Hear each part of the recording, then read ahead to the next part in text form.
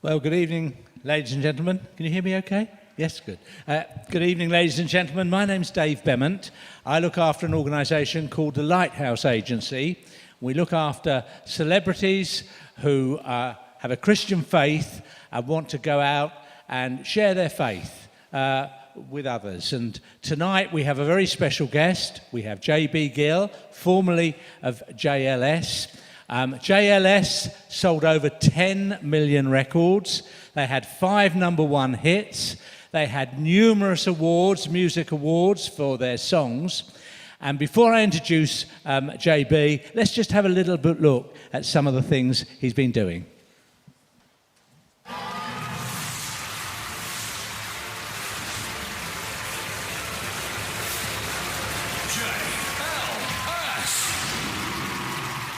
The very first time that I saw your brown eyes, your lips said hello, and I said hi, 'cause I knew right then you were the one. Way up to you in love, go put your hands up, everybody in love, go put your hands up, everybody in love, go put your hands up, if you're in love, put your hands up, everybody in love. And the winner is JLS.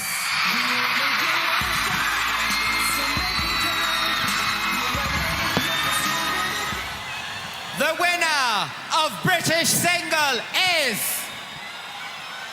Beat Again JLS!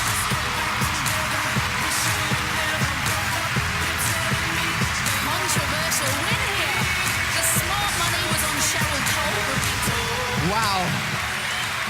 Wow. Do you know what, guys? We can't believe that we're here right now, and we want to thank every single one of you guys for supporting us, for voting for us, and wow. The former Olympian versus the former pop star. Smile! Aye! Go! Did he even start again? Louise going well. But JB Gill just with the advantage. You're on the farm now. Yes, I am. It's brilliant.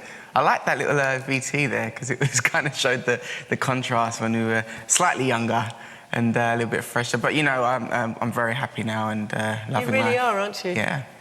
How did you end up becoming a farmer? What happened? What was that moment? Spring plowing, planting, harvesting, with JB and Storm to lead the way. Come join us down on the farm today. It's time to go for a magical car ride. But which CBeebies friend is about to arrive? Morning.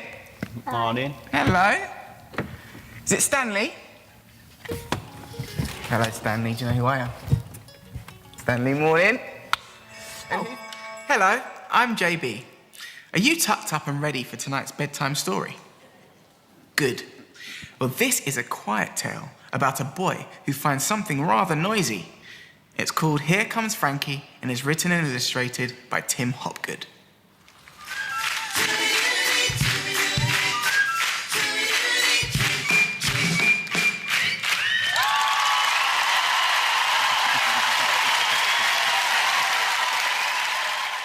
Ladies and gentlemen, please give a big hand to Mr. JB Gill. Okay. Thank you. There were quite a few things there, weren't there? You've been very busy. I know. Don't worry, I don't do adult bedtime stories, so it's okay. Well, thank you ever so much for coming along, JB. We'd start off just finding a bit about, you know, your childhood and your teenage years, how you were, what you did. Did you have any belief in God at that time? Well, I mean, I grew up predominantly in this country. I went to school in the UK, but before that I actually spent quite a bit of time with my family in the Caribbean, and I was there probably till I was about 4 or 5, and then, as I say, we came over together as a family, and we've been here ever since.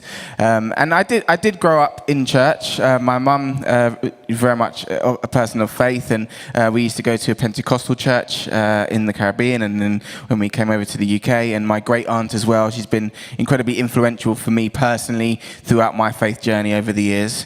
And I suppose that was sort of the early years. As I grew older and became a teenager, I did fall away from that a little bit, just because I guess of the business of life, which I guess happens to all of us. And for one reason or another, it wasn't so much of a central focus in my life. And then that came around, I guess, full circle again when just before I was about to have my own family, and started thinking about some of the things that were important, and you start asking yourself some of the questions that we all ask ourselves at one point or another. Yeah, and during your teenage years, you were a sportsman, but you were also a musician.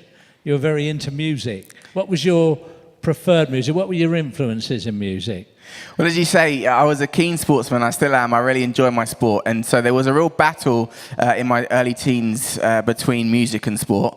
I started my musical journey by playing the recorder, which is usually a passage instrument to bigger instruments and different instruments. And as I say, that was the first thing I played, and I used to enjoy playing that at school. And I started just by playing a term of that and kind of seeing how it went. And actually, I ended up playing that for 2 or 3 years. And then I progressed to the flute, and I actually went on to study at the Centre for Young Musicians in London, which was quite a prestigious thing to do, really. I think I was 9 or 10, and quite a sense of achievement, actually, because not everybody had that opportunity. Not everybody was able to go and do that. And about 13, I'd been there for maybe 2 or 3 years, and I played the flute and the piano and studied there. I had to make a decision really between my sport and my music, because I was selected to play for one of my school teams, to play rugby for one of my school teams, and they both occurred on a Saturday. So it was a question of whether I did continue to study my music, or whether I was going to go and play for the rugby team. And I chose sport. I chose rugby, and I didn't do too badly. I did play to quite a high level, and I played at the London Irish Academy and so on, for Surrey, and did a bit of schoolboy rugby and so on. But perhaps I should have been slightly wiser and stuck with music, because of course then I came back, as to say, full circle to music in my late teens. And when I was 18, 19, I really knew that I wanted to have a career of some sort in music, and kind of that was the next progression really in my life. And really that was, you went to university, you studied theology, didn't you? Why theology?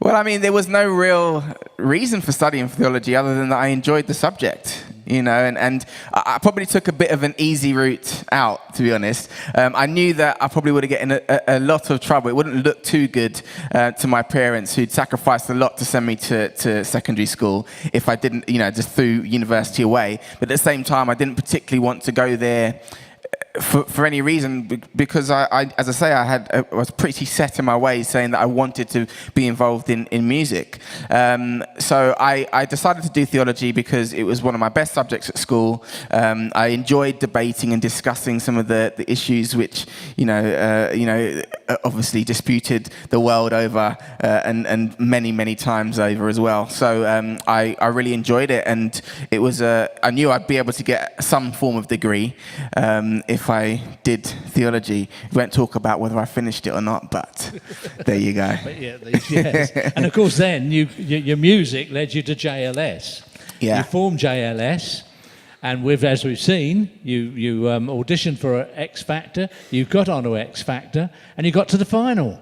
Yeah. Which was fantastic. Let's just have a look at what happened in the final.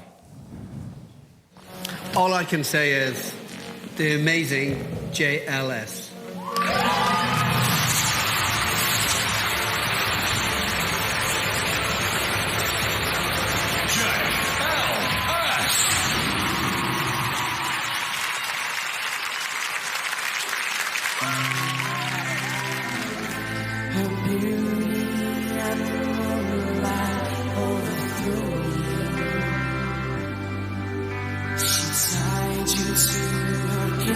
chair. She broke your throne and she cut your hair. And from your lips she drew the hallelujah.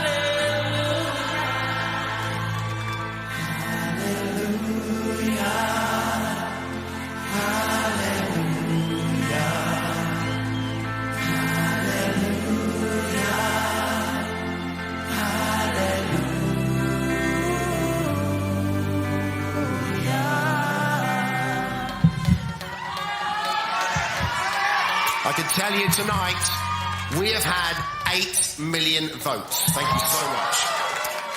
And the people of Britain have decided the winner of the X Factor 2008 is...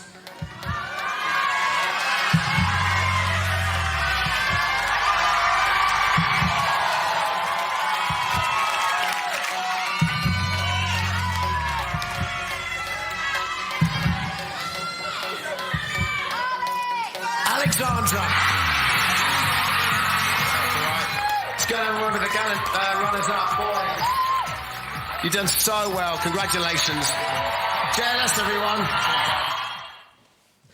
How did that feel? Well, you can already tell off my face I wasn't best impressed.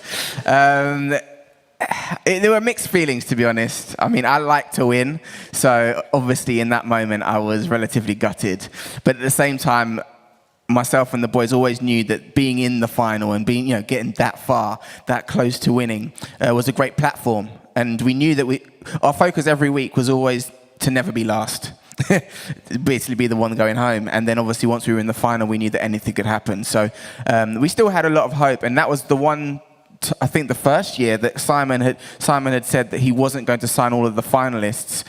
He was only going to sign the winner. So we were still very worried about whether we were going to have, we'd come all this way and would we still end up with a record deal or not? Would we have the opportunity to I guess, live our dream and release our own music? So, as I say, we had mixed emotions at the time, but we still had our eyes on being able to sign a record deal. And of course, we were able to do that. And despite losing, or coming second, you had a fantastic career with JLS. But during that time, when you were really the top boy band at that time, how was it affecting you personally? How was it affecting your faith? Well, I mean, I would say that I wasn't particularly living as a Christian at that time. That's very, very much true of, I suppose, the lifestyle. And not... It was definitely part of my life. There's never a point where I, distrusted God or didn't believe in God or anything like that. But as I say, it wasn't the forefront of my life. And it's tough. It's an incredibly pressurized industry. But I did have people like my great aunt praying for me. I did have spiritual support in that sense. And I used to... certain things which, I think are really important as a Christian. I still used to support Christian charities, and I did go to church whenever I could, or if, I was so moved to do so. And, there's a passage in Proverbs which says to train a child in the way that they should go, and when they are old, they'll not depart from it. And I very much feel that that is true to my life, because there was a time where, as I say, I came full circle, and although I didn't particularly live as an active Christian at that time, all of the things that I've been taught, all of the experiences that I had growing up, kind of were always triggering me to think more in depth about that and to make that a more central part of my life. And after a very, very successful 5 years, you guys all decided to disband. But you disbanded at the top. A lot of bands disband when they've gone down the tubes a bit, but you were still at the top. Why did you disband? I think there were lots of different reasons, and the main reason was that we'd completed our X Factor deal. So the record deal that we signed when we were on the show, we'd actually fulfilled. So we'd done 4 albums and the greatest hits, and we made, I guess, a sensible decision to say, okay, well, do we want to continue for another 6-7 years and do another 4 albums and perhaps the greatest hits, or was this the perfect time for us to take a step back and maybe explore some, the things that we wanted to do as individuals? I think Marvin was married at the time. I wasn't quite married, but was thinking about getting married. And, and again, having children and things like that were, I guess, on the mind. And it just seemed like a perfect time to be able to do that. And we wanted to go out on the top. We didn't want to go out, when everyone was tired of hearing from us. We wanted to go out and be able to have strength, I guess, in our individual ventures as well. And so we did make quite a calculated decision at that time. And for you personally, and we'll see in a minute, you went on to other things. But when you had finished with this band, I know when you were getting near the end with JLS, there was a bit of a turnaround about your faith, wasn't there? Yeah, as I mentioned, there were certain things that I guess would keep happening and keep triggering me to think more about my faith and what that meant to me. And one big, I suppose, turning point was on tour. And we went up to Glasgow and we were performing at the arena there. And two sisters who, are big, very, very hardcore fans of ours, they came up to me and they said, "Oh, we've got a present for you." And I was like, "Oh, okay, thank you. What is it?" And they said, No, don't open it now. Wait till you get to your hotel room." So, of course, I was worried. And I'm thinking, what's in this present that they need me to wait? I was hoping not a manifestation of them, hiding in the bag somehow. But I listened to them. I went up to my hotel room. I opened the present, and there was a letter accompanying it. So I read the letter, and long story short, they were basically saying, they were sharing their faith. They basically told me that they felt called to speak to me about my faith and to give me this present, and it was a big leap and a big step for them, and they didn't know whether they should do it or whether I'd be offended by it or whatever, and they hoped that I wasn't offended by it, and obviously to then open the present. So I opened it, and it was a Bible. And it wasn't so much that it was a Bible. I mean, I've got loads of Bibles at home. I've studied theology, so I know, especially from an academic level, I knew lots of scripture and so on and so forth. But actually, it was a reminder that I wasn't living my life according to those words that I knew very, very well. And so it was that was one big trigger, to kind of get me thinking about, what's important to me, and just before I proposed to my girlfriend at the time, now my wife. I was thinking very much about that. What do I want to stand for in my marriage? When we have children, at some point, God willing, what example are we and I going to set for my children? And as I say, it just kept bringing me back to me, I suppose, as I say, making Jesus Christ and my relationship with God more central to my life. And in reality, how did you do that then? How did you refocus things? Well, I mean, it's a gradual journey, and it definitely was a gradual journey for me. And you just have to I started by taking that leap. And, the pastor of my church now, I go to a church in Bromley in Kent called Bromley Town Church. And I ended up speaking to him through a mutual friend. I just said to him, it's really difficult for me. I'm traveling a lot. I can't be affiliated with any one church. And I feel like it's hard for me to kind of fit in somewhere, and we just talked very openly and honestly about some of the things that I was struggling with at the time. And he just said, well, you're always welcome to come to our church, and I'm more than happy to talk to you. And that's literally how it began. And of course, that then escalated. And, we didn't get married in that church, but, and the pastor, saw our marriage and, married us and so on. And even now, for me, obviously, I've matured in my faith and matured spiritually. And I do try to read my Bible every single day and most certainly pray multiple times a day, but at least I play with my children. Obviously, if I'm at home and I'm able to, I play with my wife, and those things really help me to remember and to come back to the things that I believe are most important in life. Yeah. And of course, then you went on. You did lots of other things. Let's just have a little bit of a look at some of the things you've been doing since you left JLS. Come join us down on the farm today. Hello, I'm JB and welcome to Down on the Farm. Spring has arrived and there's lots to do. So while I get on with tidying up, let's find out what Storm is up to. Be loving you till we're 70. And I'm thinking about how people fall in love in mysterious ways. And maybe it's all part of. Hi, Ray. How are you, all right? Yeah, really good. So what have we got going on in here then? Well, top floor we've got table tennis and pool. Yeah. We've got our own cafe here, a nice seated area for them. We've got a radio station, internal, but it gives them a chance of doing their own radio programs. Yeah. Lounge area, 4 computers on the internet. You raise me up so I can stand the mountain. You raise me up to walk on stormy seas. And I am strong when I am on your shoulders. You raise me up to more than I can be. And perhaps we should say that lady you were dancing with and that outtake was your wife. Yes. How did you meet Chloe?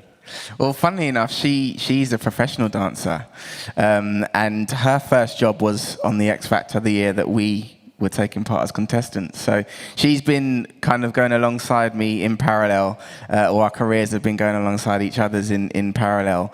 So she's been there pretty much since the very beginning, and it's been great actually because she's never until that moment we'd never danced together. Professionally anyway, and it was nice because she was able to support me in some, come to the shows and so on, and similarly I was able to support her when she was performing for other artists because we didn't cross over in that way. And yeah, it's nice to be able to share many mutual points within our career, but at the same time be able to understand and respect each other's space and kind of our own individual aspirations as well. Lovely. Our time is almost finished now, but just one final question. There may be people here tonight who are a bit like you. They sort of believed in God, but everything went on their back burner because life was just too busy. What would you say to them? Well, I mean, for me, it's revolutionised my life. Having grown up in church and arguably taking that for granted a little bit, I can certainly vouch that there's no better way, to live life. And sometimes it's difficult. Sometimes it can be daunting coming into a church, if you're not familiar with it. As I say, I was very comfortable in a church setting, and so there were other issues that I kind of had to sort out. But, for someone who perhaps isn't used to that setting, I'd say just reach out to somebody, whether it's a friend or, whether it's some of the leadership and some of the team here. There's lots of leaflets at the back I know that, can give you information and insight into life at this church. And, of course, there are other churches as well, and I think it's important to be able to have, whether it's a mentor or to have somebody that you can speak to and ask questions about, because I believe it is a journey, and I don't believe you have to be perfect on day one and know everything that there is to know, because that's not true. No one knows everything there is to know, and it's always a continual journey until we eventually pass on. And I'd just say to take that first step and reach out to someone. That's what I did. It helped me greatly, and as I say, it's helpful throughout the whole journey. Even as you develop and you learn more, you grow more, it's still helpful to have someone who's perhaps a bit wiser, not necessarily older, but definitely wiser, who can help you on the journey. JB, thank you ever so much for being so honest. Ladies and gentlemen, big hand please for Mr. JB Gill. Thank you.